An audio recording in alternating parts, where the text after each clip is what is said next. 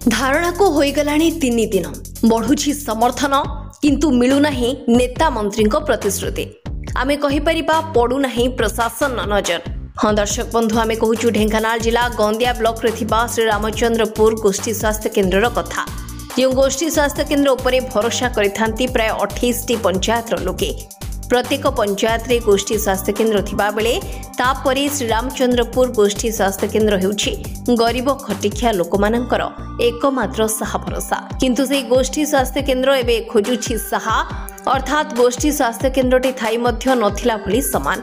आउ एही चिकित्सालयर उन्नति पई आगरु अनेक थर होई सारिछि अभियोग। एमिति कि बड़ बड़ प्रतिश्रुति मध्य मिलिथिला किंतु पानीर गार होई जाइछि सेही प्रतिश्रुति। फलरे आउ किछि उपाय न पाई एहर समाधान पई एबे धारणा रे बसिछंती सामाजिक।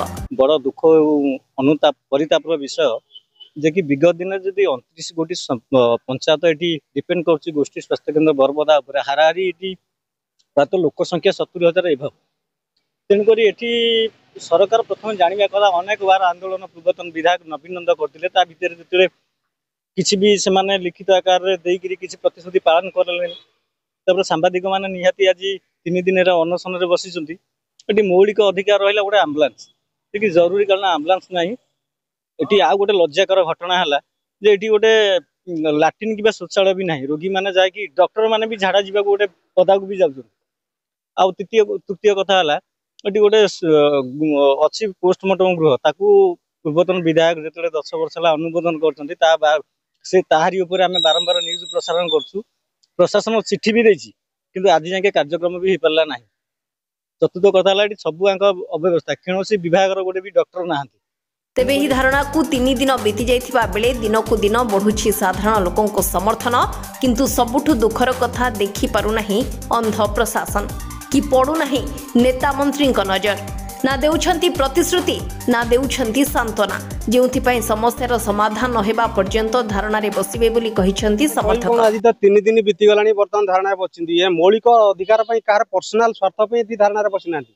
जनसाधारण को मौलिक अधिकार जोटा कि हक पाइबार सरकार डिक्लेयर नुह सरकार एटा हमर आगुर भी अछि स्वास्थ्य ही संपद कि वर्तमान होउची कोन स्वास्थ्य ही संपद एटी किछि काम करने। शिशु डाक्तर नांती एटी पोस्टमार्टम घर थुआई पोस्टमार्टम डाक्तर नांती पोस्टमार्टम हेई पारनै जो प्रकार असुविधा होउची।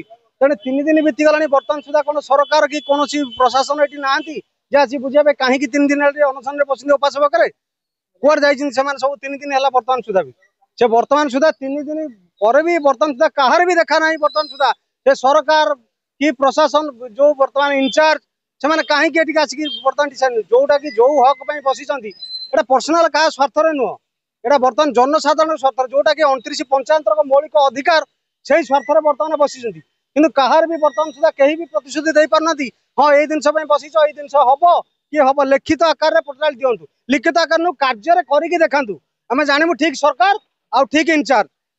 एठी गोटे प्रश्न उठुछि कि ब्लॉक ठू मात्र केते किलोमीटर दूर रे एही गोष्ठी स्वास्थ्य केन्द्रटी आउ ए बाट दे निश्चित यातायात करुथिबे कुजी नेता ठू आरंभ करी कुहालिया नेता किंतु केमिति पड़ू नाही तांक नजर जेतेबेले साधारण जनता समर्थन पड़ुछि केमिति देखा देउ नाहंती कुहालिया नेता ओ कुजी नेता ताहा ही हेउछि सबुठू बड़ प्रश्नवाची। ढेंकानालु दीप्ति रंजन साहू रिपोर्ट सूचना मीडिया।